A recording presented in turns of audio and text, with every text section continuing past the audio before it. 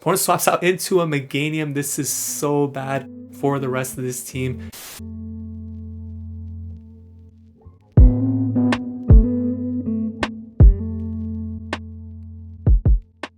What is going on, everybody? Welcome back to the channel. Ox here with another video. If you're new to the channel, we do upload Pokemon Go content mostly related to PvP, and if you're a returning subscriber like Roway DG, thank you for the support.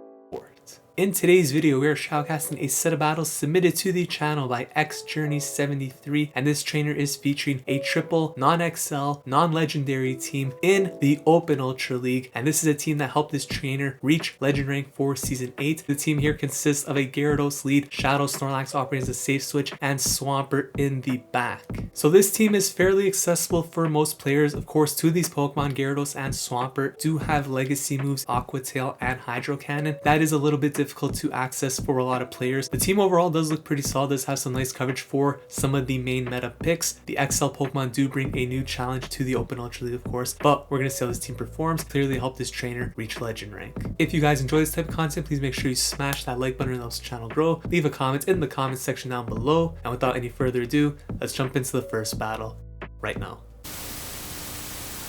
Alright, so we are diving back into the Open Ultra League for today's battles with a team consisting of no XL Pokemon, no legendary Pokemon, a very fun team right here. We got Gyarados in the lead, facing off against a SirFetch'd, so pretty solid lead here for Gyarados. The opponent likely going to switch out after throwing potentially a Leaf Blade right here. Will be dealing neutral damage to the Gyarados. Gyarados going to no-shield that. Leaf Blade comes through, you see it does do a lot of damage, and the opponent swaps out into an Empoleon. So the Gyarados here actually building up a lot of energy before swapping out into the Swampert. So Swampert versus Empoleon is a pretty good matchup, but it really depends on landing that Earthquake. And with an energy lead this big for the Empoleon, it could actually present some issues here for the Swampert. So going immediately for the Earthquake right here, really hoping the opponent does no shield and they don't let it go through. That's a big bang. Lapras coming in. And Lapras, bit of an issue for Swampert, but is going to get to another Earthquake right here. Let's see if the opponent decides to shield this up.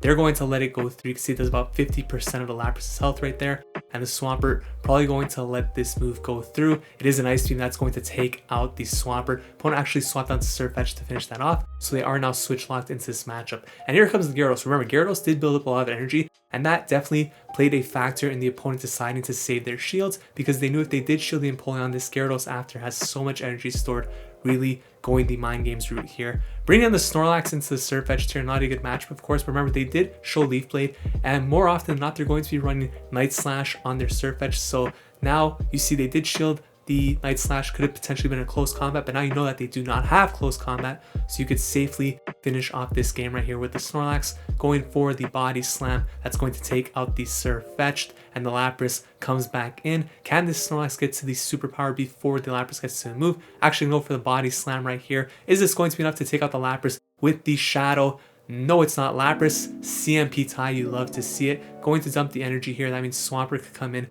and basically farm this thing down, or Gyarados rather, I should say. Swampert got taken out quite a while ago. So Gyarados comes in, finishes it off with the Dragon Breath. A close matchup there, but taking the win. Let's hop into the next battle. And we're going to be leading Gyarados once again into a Galarian Stunfisk. So not a good matchup here for the Gyarados. Going to swap out into the Snorlax, I'd imagine. Yeah, here comes the Snorlax. And the opponent is staying in, which is a little bit surprising here. Probably going to throw an Earthquake and then dip out. Let's see if Snorlax decides to shield. They are going to shield, and they actually get baited by Rock Slide, so that is not optimal. Here comes Cresselia though, and Cresselia is not a great answer for Shadow Snorlax here, but they did get one shield already from the Snorlax, so not the worst situation to come in with the Cresselia having a shield advantage, but Snorlax is definitely going to enjoy this matchup, especially with the energy lead going for the Body Slam. You can see the licks coming from the Shadow variant definitely really hurt this Cresselia. No need to shield anything here on the first move. It's going to be a Moonblast. No attack drop, please. There is no attack drop, so Snorlax is going to go for another Body Slam right here. Let's see if the Cresselia decides to shield this up, because they are getting quite low here. Decides to let it go through, and at this point, Snorlax has a decision to make. Cresselia is going to throw here, and if they shield this up, they could potentially take switch advantage and farm this thing down completely. Now, Swampert aligned onto the Stunfisk a lot better, but remember, you have no shields. Earthquake is going to hurt, but all that energy from the farm actually allows Snorlax to get off a move here. Going for the bait is a very risky play. Stunfisk does have 2 shields though. Gets the shield from the Stunfisk, And is the opponent going to throw? Allow the Snorlax to get to a superpower. Gets to the superpower. This is a huge break right here for this trainer. Gonna throw the superpower. That goes through. Stunfisk extremely low. And once again, the CMP tie. Absolutely brutal for the opponent. A great turn of events for us, however, and Swampert comes in. Now you could take this Earthquake, it's not going to KO. Does a lot of damage, as you can see, over 50%. Opponent swaps out into a Meganium. This is so bad for the rest of this team. Going to be going for the Hydro Cannon right here. Gets the shield for the Meganium, that is huge. Maybe they gave him too much credit for the Sludge Wave right there.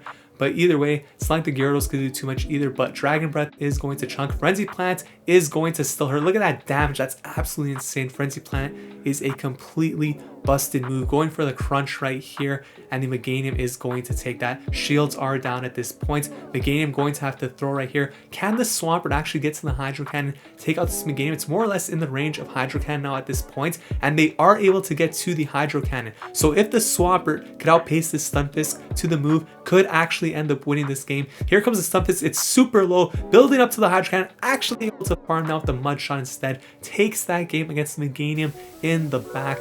Absolutely insane battle right there. Very impressive win. That is not an easy win at all. Taking on a Meganium there in the end.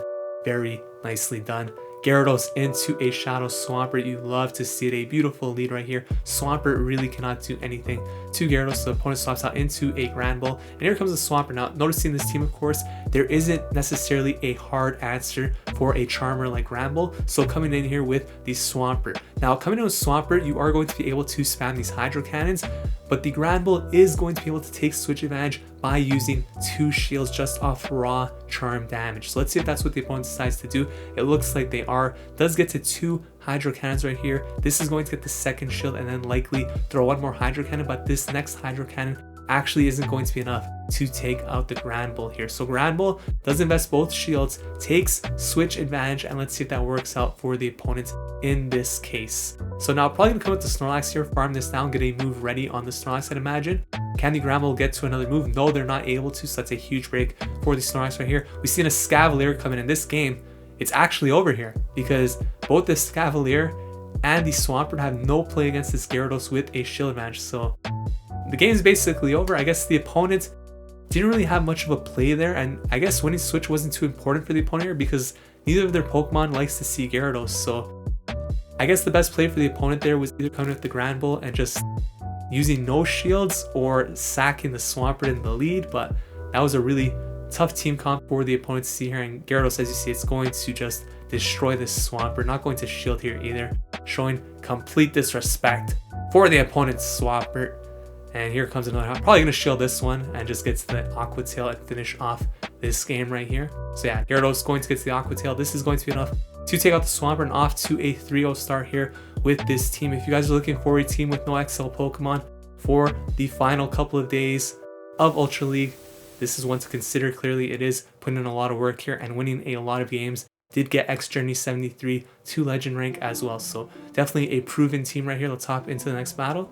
We got Gyarados into another Gyarados, the mirror match, and this is the Shadow Gyarados. So the Shadow in this matchup actually doesn't seem to affect anything. I believe this match ends in a draw regardless, well, depending on CMP, sneaking moves and whatnot, but they're both dealing the same amount of damage from their Dragon Breaths, Aqua Tails, etc.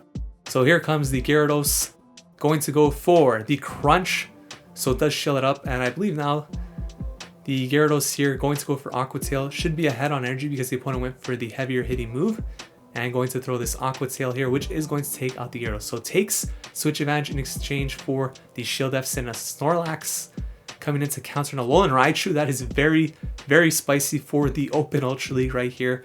Going to go for this Body Slam, a pretty good matchup for the Snorlax as well here. And the Raichu, let's see if they're going to throw the Wild Charge immediately.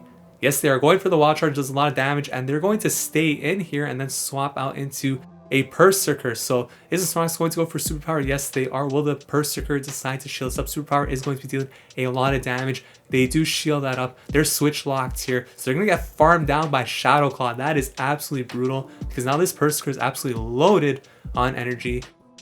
Close combat actually will not KO here, so no reason to shield the first one. They actually go for the bait as well with the Foul Play, so that's a nice break there for the Swampert. Maybe consider shielding this one. No, gonna let it go. It's a close combat, still does not KO, and the defense drops. The Swampert going to throw the Hydro Cannon here. The opponent does not have any shields remaining, I believe. So Hydro Cannon takes out the Perrserker, and the Raichu not going to be able to farm down a Volt Switch. That means that Swampert is going to get to this Hydro Cannon, taking out the Raichu and winning that game. Off to a 4-0 start here. So Pikachu Libre more than guaranteed at this point. Can they get the 5-0 to guarantee the shiny? I'm just kidding, that does not guarantee the shiny at all. And we got Goldie in the next match.